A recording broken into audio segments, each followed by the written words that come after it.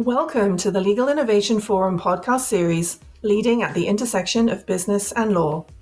Today, we're very pleased to welcome Joe Green, Chief Innovation Officer at Gunderson Dettmer. In this episode, Joe highlights the intersection of people, processes, data, and technology, and he discusses his career path and his strategies for driving innovation. He also reveals his thoughts about the business of law, legal technology, and the future of the legal industry. Thank you for listening. Please subscribe to our podcast series and stay tuned for the next episode. A quick note from our podcast sponsor. Tired of dealing with document chaos in your corporate legal department? Let iManage simplify your life. With iManage's powerful document and email management system, you'll have everything you need in one place. Secured, organized, and easy to access. iManage is trusted by 40% of the Fortune 100 and by legal teams worldwide. Learn more about iManage on www.imanage.com.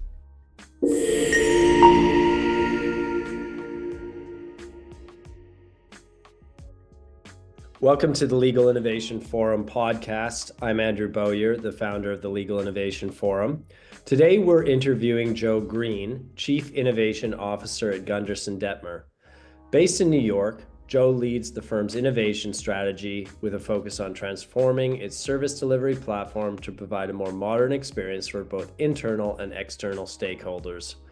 Joe is an experienced startup lawyer and law firm innovation executive operating at the intersection of people, process, data, and technology. Thanks for joining us today, Joe. Thanks so much for having me. So, Joe, tell us about how you got to where you are today. Tell us about your career path and what's brought you into what you're doing now with Gunderson.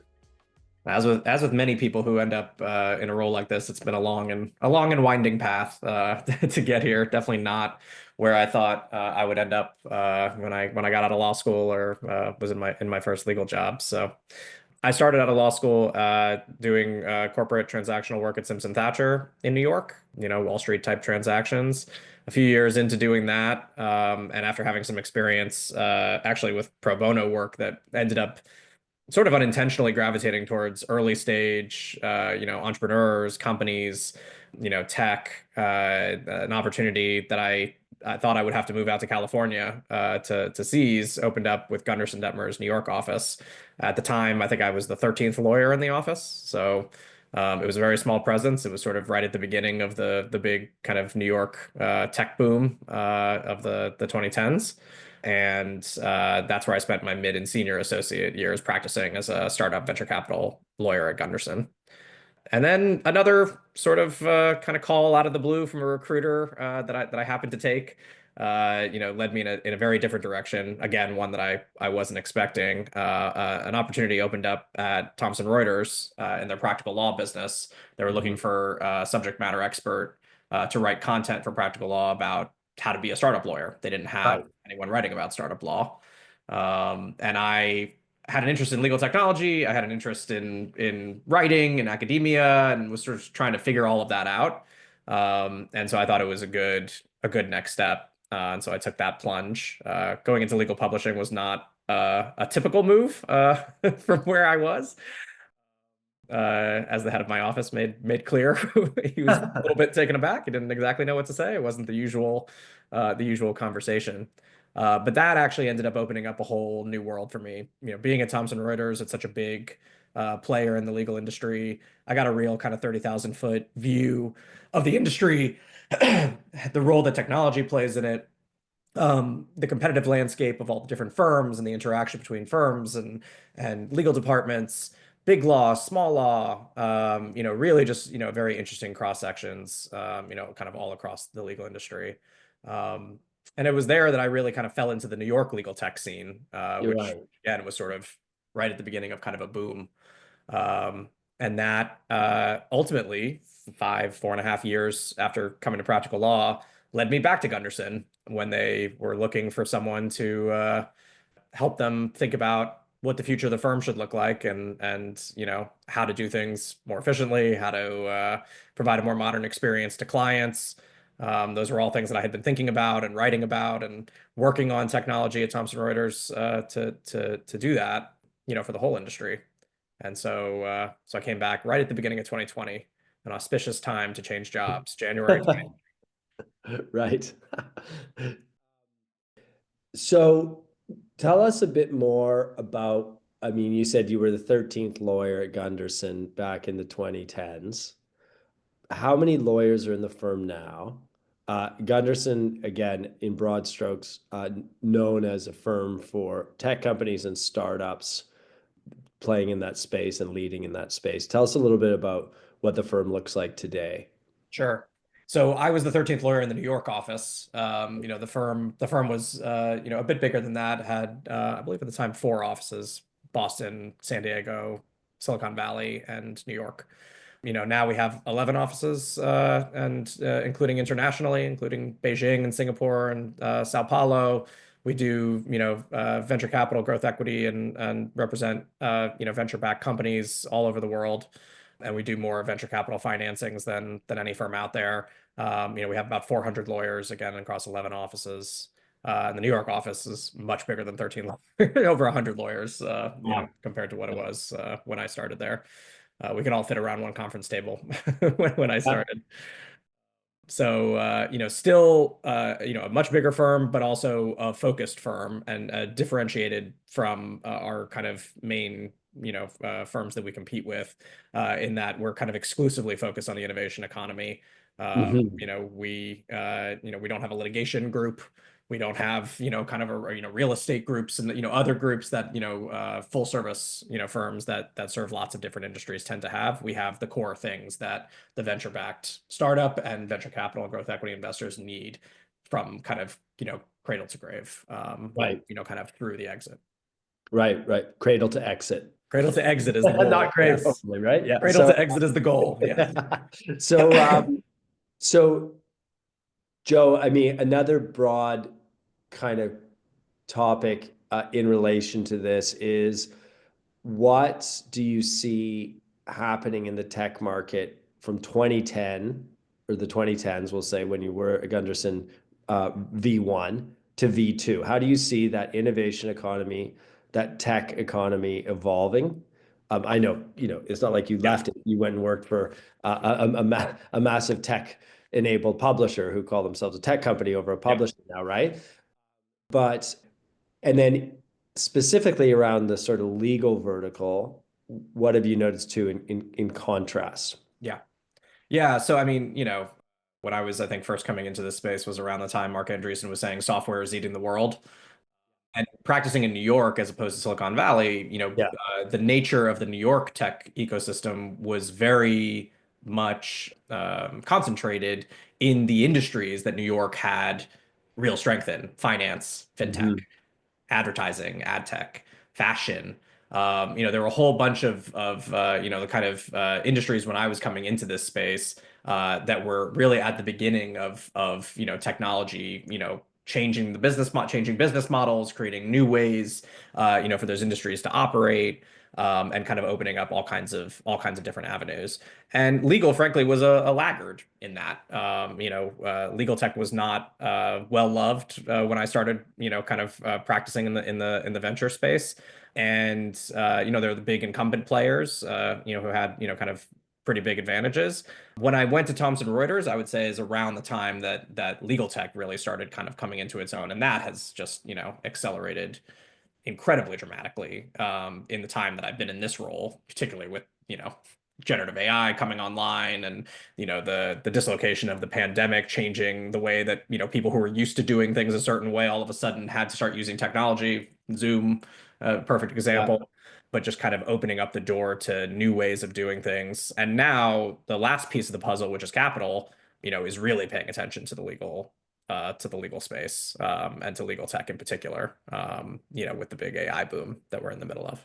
Yeah, that's interesting. I think the same two drivers in the last 5 years are the pandemic forced everybody in legal to use technology, which wasn't always the case, and learn the basics. Now we have a hybrid work environment or the context we're in now. I'm not sure what we define it as. And then on top of that, 2 years right out of the pandemic, we have the rise of generative AI, right, which has just captured people's imagination in a way that even though AI has been around for a long time, hadn't happened before. So, and then plus capital seeing the sector as a real opportunity. So that's an interesting mix. Another sort of side question, and this is more of a structural thing, but Mhm. you made a good point about the New York tech scene aligning around the core industries in New York, for example, finance and advertising.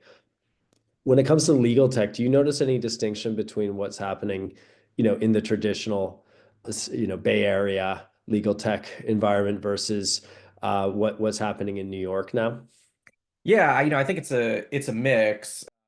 I think most of the big legal tech companies have a very significant New York presence, even if they're not New York based, just because Yeah. there's so many of the big global firms are based in New York. Certainly the biggest U.S. firms. Actually, Toronto, where you are, is was an early hotbed of legal tech activity, Yeah. with a lot of the kind of early well-known, big brand legal tech companies coming out of there. I think AI, the big generative AI players, most of them are based on the West Coast, and some of the big legal tech players that have sort of sprouted off of that. Some of them are based on the West Coast, but they're all over. There's actually quite a bit of activity in Europe. Yeah. It is, I think, fairly well distributed. But I do think New York is a very good place to be building Yeah. legal tech, just being so close to very significant offices for some of, the biggest firms. Yeah. Yeah, that's a key market, right? And Yeah, London too is a key market. for That's sure. one that's those are the big two hubs.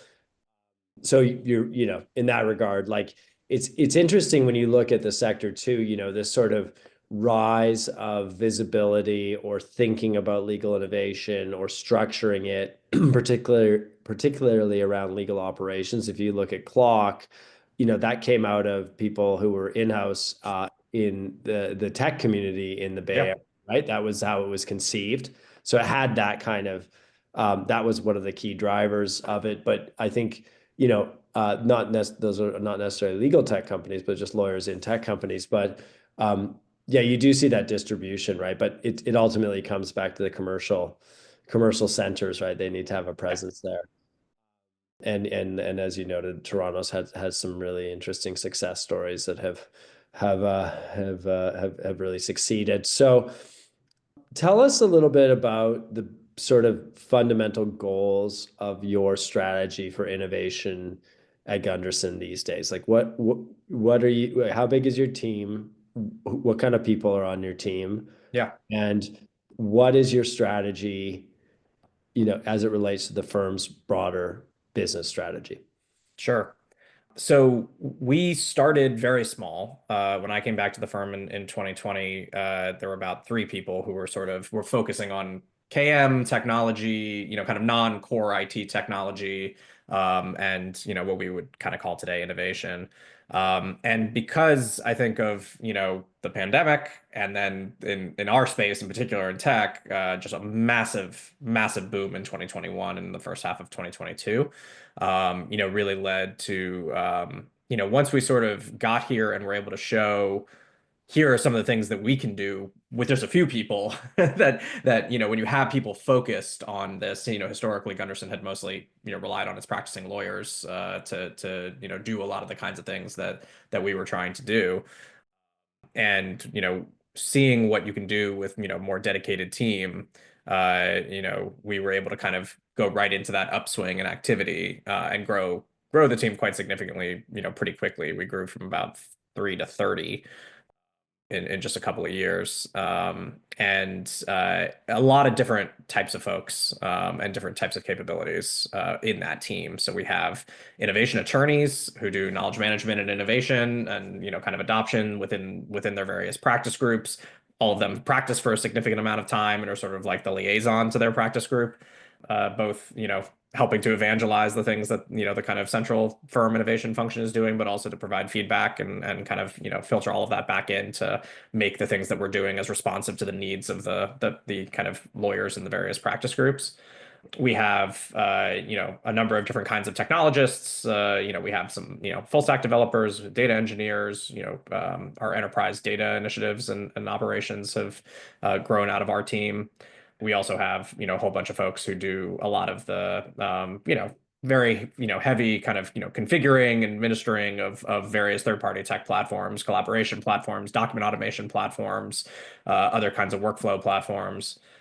Now the library is under our team. So yeah, it really has been, it's grown, quite a bit, quite organically, over the last few years.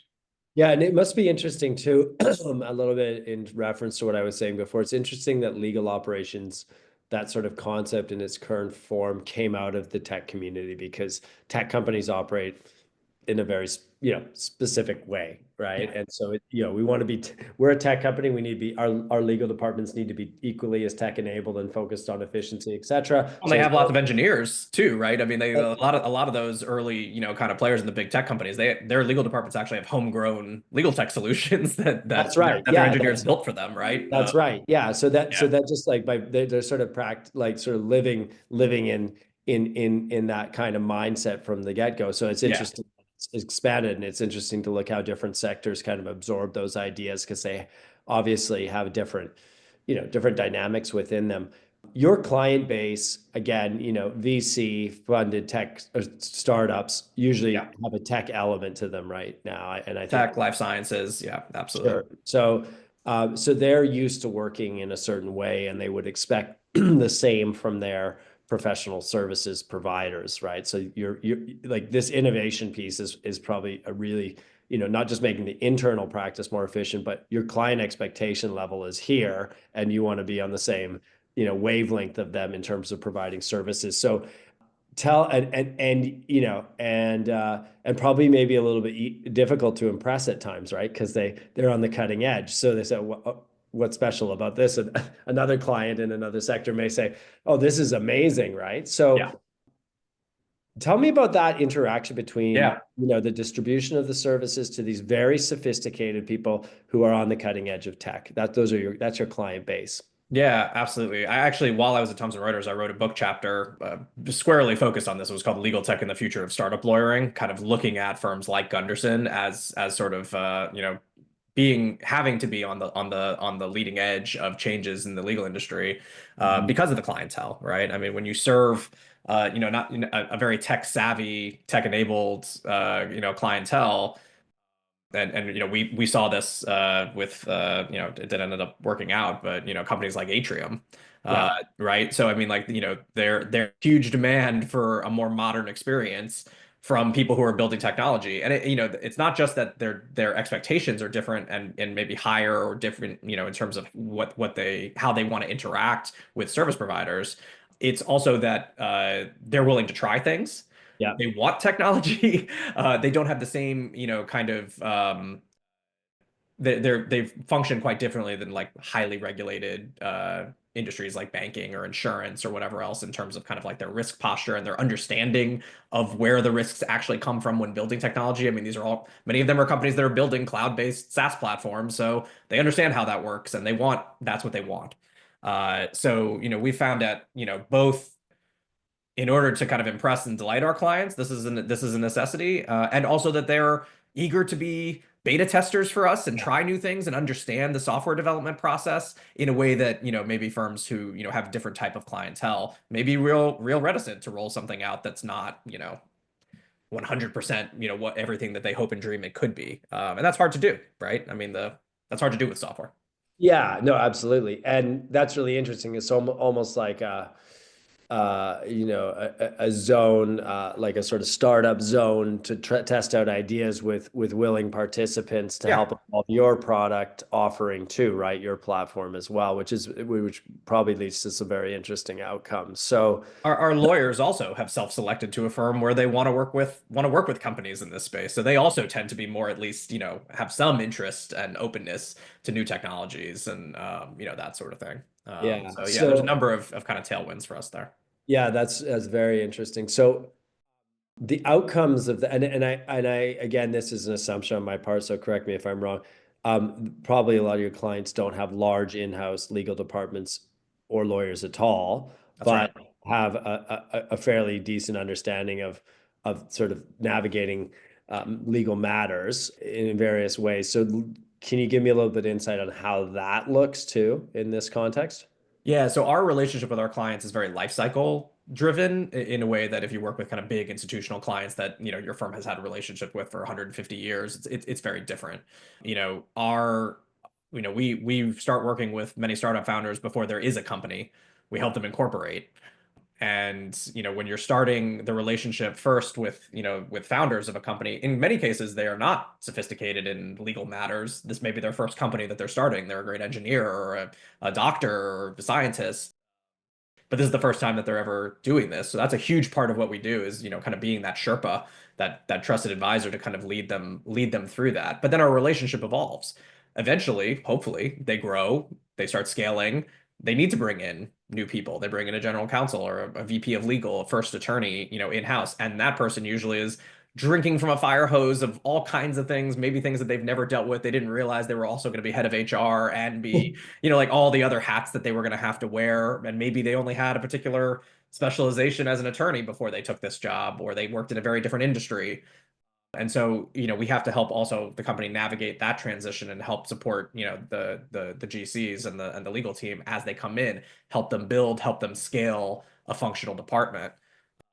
And, kind of all the way up through, bringing on CFOs and getting ready to go public, being a public company. We're through, do that kind of through the whole life cycle with the companies. Yeah. So our relationship really does change and evolve And that through and that life that sort cycle. of Sherpa trusted advisor part, like that's a very interesting journey and a very valuable journey for the firm too, right? It's Yeah. sort of we can help you navigate everything here. You need to raise more We've seen money. it all before. You need to find the right people. Like you're really offering them a real business service in tune with their needs, which is pretty interesting. Plus the legal services aspect of it as well. I mean, Um, that's one of the things that attracted me to this kind of practice is, I mean, when I started at Simpson, obviously working on incredibly sophisticated, very complicated transactions. yeah, But the business folks, whether it's Blackstone, KKR, or JP Morgan, or whoever else, they're sophisticated business people, and usually the business terms they know what they're doing. Whereas in our space, in many cases, we're much more familiar with what the market looks like on the business terms as well. So it is as much business counseling as it is legal counseling in many cases. yeah, that's fascinating. And then how much sort of client facing stuff do you do? I mean, like, I would imagine you're brought in at various pitches or various parts along the story. Like, tell me about that. Yeah. So when I first joined, we went right into the pandemic, and I based on my experience of practical law of being able to kind of translate changes in the law and practice and things like that to a large group of people. I ended up doing a lot more practicing law type things than I anticipated when I came over.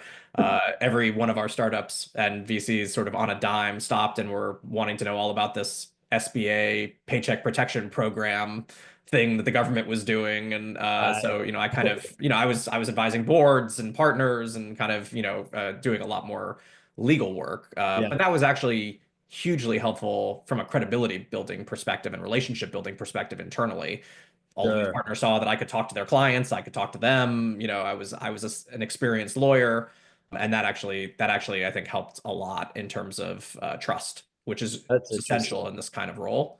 And now there's no hesitation. In fact, they're very eager to get me to talk to their clients, particularly with kind of the rise of generative AI and the interest in our VC clients, as well as having way more companies building in the space. I end up spending a good chunk of my time talking to our clients about what we see, what we're looking for, trends, and so kind of like help them understand the space better.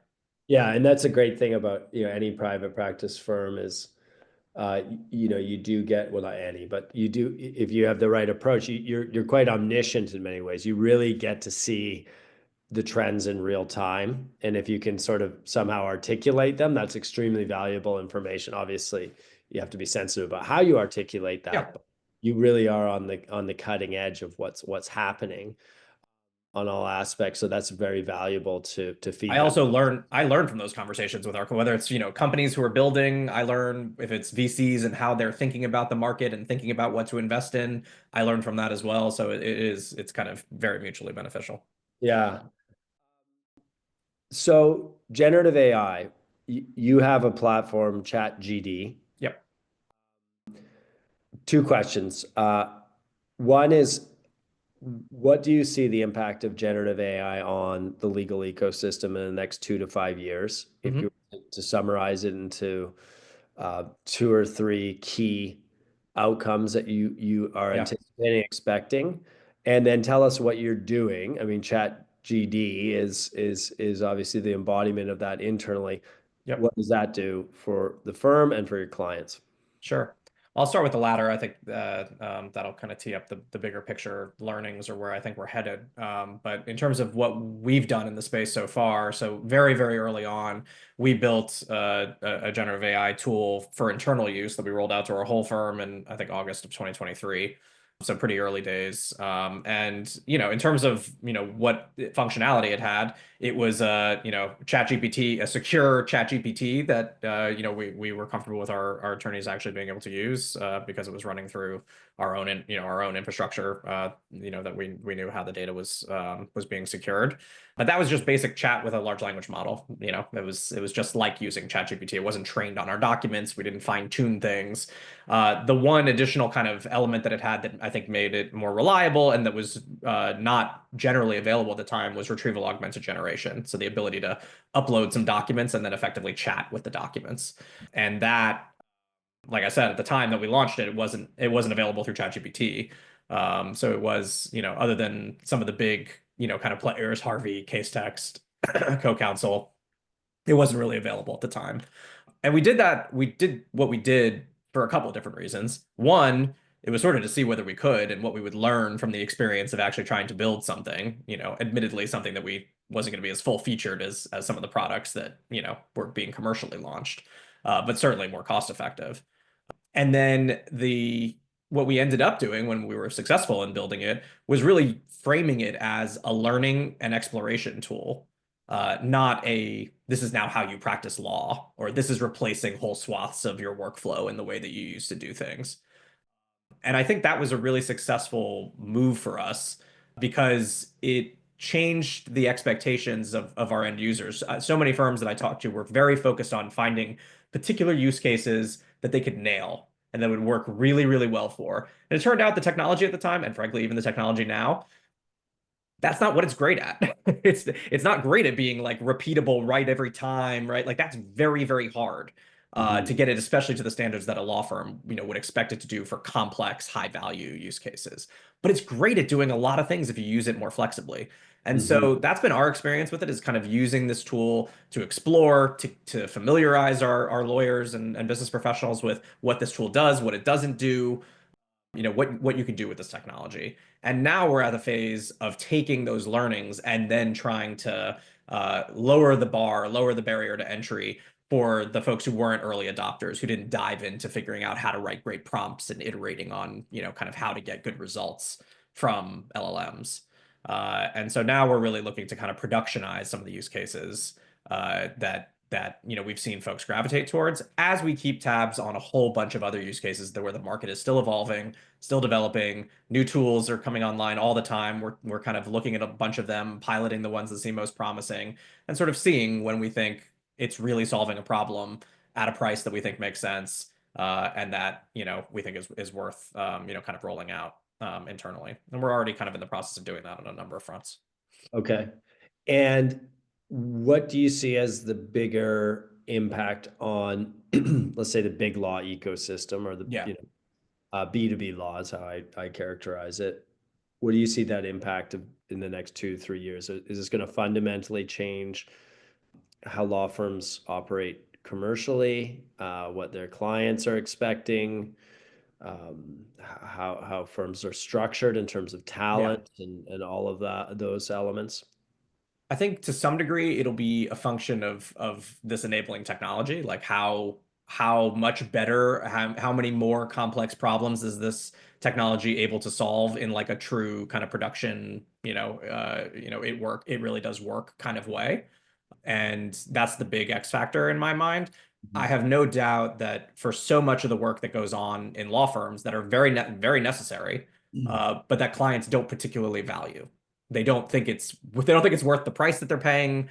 Yeah. when you kind of break it out to like, hey, that's how much that particular thing costs, especially that's, how it looks when you're billing by the hour, that's where so much of the friction is. And I think a lot of that work is going to be able to be streamlined, and that is going to significantly mess with the kind of leverage model and revenue model of most firms. And I think that's a big thing that, over the next 3 to 5 years, firms are going to, really have to navigate. Yeah, it's interesting too, right? That it's a way to measure value, I guess. So, well, by the billable hour is a way to Yeah. measure It's a value, proxy. proxy, Yeah. and sometimes a small piece of advice can be so extremely valuable to a company, Yeah. and a lot of, but you can't really capture that. It's just it's one for one in a sense. I mean, that's a little bit of not the most sophisticated way for me to look at it, but that notion of value is very important, I think, in Yeah. terms of what lawyers and law firms can really provide to their clients. Is just how you put a number to that, I think, is a really key and interesting thing. And it could be quite complicated Yeah. because you're like, well, this was valuable because it allowed you to, get this raise, and then your company grew this much. So therefore, if we hadn't made that connection legally or personally or whatever, Yeah. then it wouldn't have happened, right? So that's extremely valuable. We were a catalyst there. So what should we get paid for that versus the billable hour model? And I don't know how you capture that, but I think it's quite Yeah. interesting as an observer for sure. Absolutely. I've had some conversations with GCs, and the immediate question is, so how much is this going to lower my bill? Yeah, This generative AI stuff. And I said, listen, I think that the time that we spend is going to be higher value time. We're going to have more time to do things that are higher value, yeah, and maybe be able to get the deal done faster yeah, with less friction. Those are all valuable things, right? So I think there are like pieces of work that we do that people are paying for now that are going to cost way less, and many of them may become free. yeah, And then there are other things that you're paying way underpaying for, most likely, that you're yeah, probably going to pay more for. And where exactly that shakes out, I think is really gonna depend. But that is, I think, the big thing for firms and clients to be navigating. And this is not like totally foreign territory here, right? I mean, management consultancies, the big four, right? Like, there are lots of businesses that are able to run just fine, charging for, scopes of work. And yeah, then, yeah, life happens, and there's negotiation, but particularly with repeat players in, a relationship driven business, there's a way to do this. I'm quite yeah. confident of that. Yeah, it's interesting too. You compare. I'd also look at sort of like, although that's changing, but the, investment banking model in some ways Yeah. too, right? You have, if you're trading a lot through the bank, and you're on the buy side, you get the special analyst reports. You can call the analyst up. You can, get all sorts of free services, right? Yeah. The same if you're going to do a transaction, lots of free services with the, but you're going to trade through us, or you're going to do that transaction with us. Yeah. And I think that's an interesting model too, when I think about it as well. And the professionals, and then obviously, yeah, the big four have figured it out. So yeah, I think it's really fascinating, right? And in Yeah. the face of, the billable hour rates are continually going up too. So there'll be some interesting sort of touch points along the way in the next couple of years here on this story. One other question I have about, how law firms are evolving in terms of, you said you have 30 different people on your team, Mhm. doing, coming from different, career paths, perhaps people who didn't expect to be in a law firm ever at some time in their life, or lawyers who didn't expect to be doing what they're doing now, but Yeah. are, Both of those. fascinated with, like, yourself too, probably when you. Yeah, for sure. How do you see that sort of, and we have this generational shift too, which is another theme of ours that I think is an interesting thing that's kind of going on in the background too, of these catalysts in this decade. We have a power shift happening. We have a new generation coming Yeah. up. We have a new generation taking the reins as partners in firms who are much more sort of enabled on technology. I would count myself as part of that generation too, right? Just used to using technology from day one in elementary school, or computerized technology. Like, Sure. do you see that? Like, how are you seeing that play out in the law firm space, and at Gunderson? Yeah, I mean, listen, I think, in terms of generational shifts, and to some degree, I think this isn't even necessarily an age thing so much as just a, like, what everyone's current lived experience is. When you are, because we've seen it, listen, we have some very new lawyers who are not not that, eager to adopt new ways of doing things and Yeah, and technology, and we have some very experienced lawyers who actually are and are quite interested in it. I think it has more to do with just we all live in the world, right? yeah, Information is so easily accessible to us. We're able to purchase things and kind of interact with all kinds of different companies that are hyper focused on their customers' experience and making yeah, it easy. How easy is it to spend money at the Apple Store, yeah. right? I mean, like, but seriously, like we Or all have that Amazon. experience, Yeah, no matter, kind of what phase of life we're in. We're all having that experience. And then when we have an experience that's not like that, it starts really standing out like a sore thumb. yeah, And yeah, I mean, I think there are generational differences in terms of like how people like to interact. How likely are you to pick up the phone and call someone versus wanting to sure. text someone? But at the end of the day, I think everyone is getting used to different, frankly, more pleasant ways of getting through life. And organizations that don't change with those times and start and provide the kinds of experiences that everyone is getting used to elsewhere are vulnerable, are Yeah, are quite vulnerable, I think. And so yeah, that's something that I think about a lot when I think about both the experience of practicing as a lawyer or a paralegal or working in our firm as a business professional. You have choice, right? Like you could choose to work somewhere else, and like people will gravitate towards platforms that make their lives easier. yeah, And the same is true for the clients.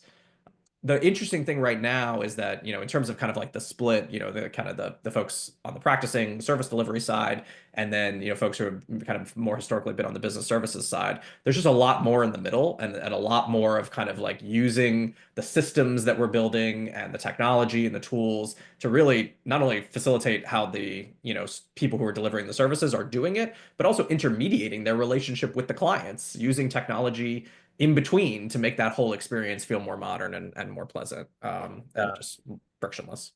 That's very interesting. Fascinating. Final comment from you. I'd like to hear for a lawyer or someone who's about to start law school or considering starting law school, what are the key things that they need to keep in mind? Because I think it might be a bit of a frightening time to be coming out of law school right now, right? Or thinking Yeah, about joining it. I would argue to the contrary. I think it's an exciting time, but yeah. it's not as sort of the path ahead of it is not what it would have looked like 20 years ago. But that's exciting too because there's lots of different paths. What advice would you impart to folks listening? So yeah, I mean, I teach law students and I speak at law schools, somewhat regularly. So I'm used to those questions and I understand it. I mean, it's, listen, I came out of law school right into the Great Recession, so it was, also a similarly frightening time to be Yeah, joining the profession.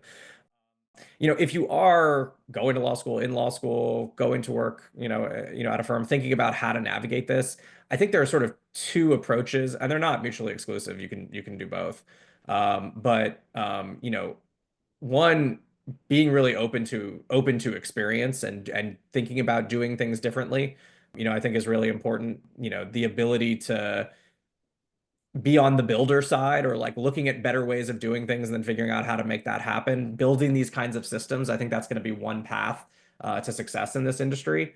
And then the other side is really leaning into the human, the things that human beings are uniquely well positioned to do.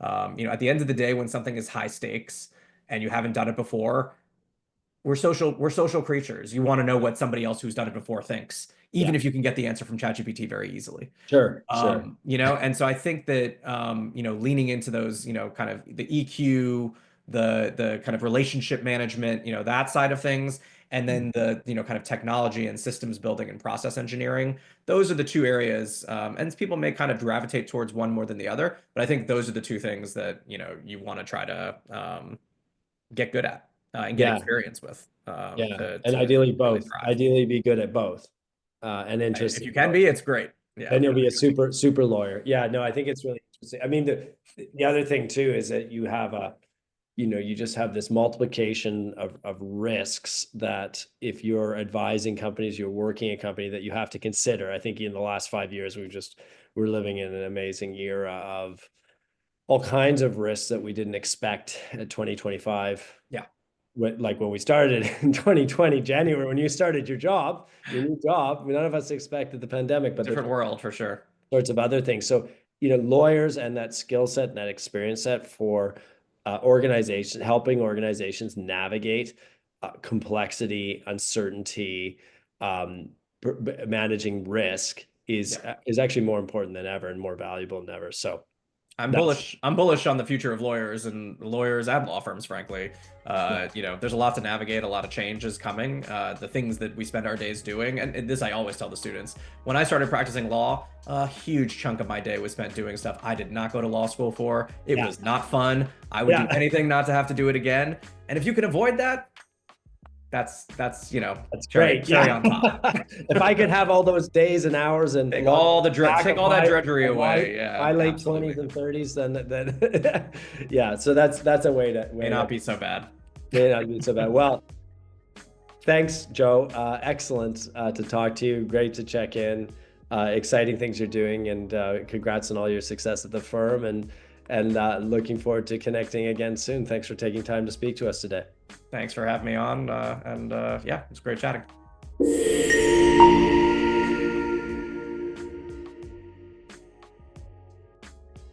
Thank you for tuning in to the Legal Innovation Forum podcast. Stay tuned on our website for the next edition. You can listen to us on all your favorite podcast platforms. Tune in on liforum.co/podcasts.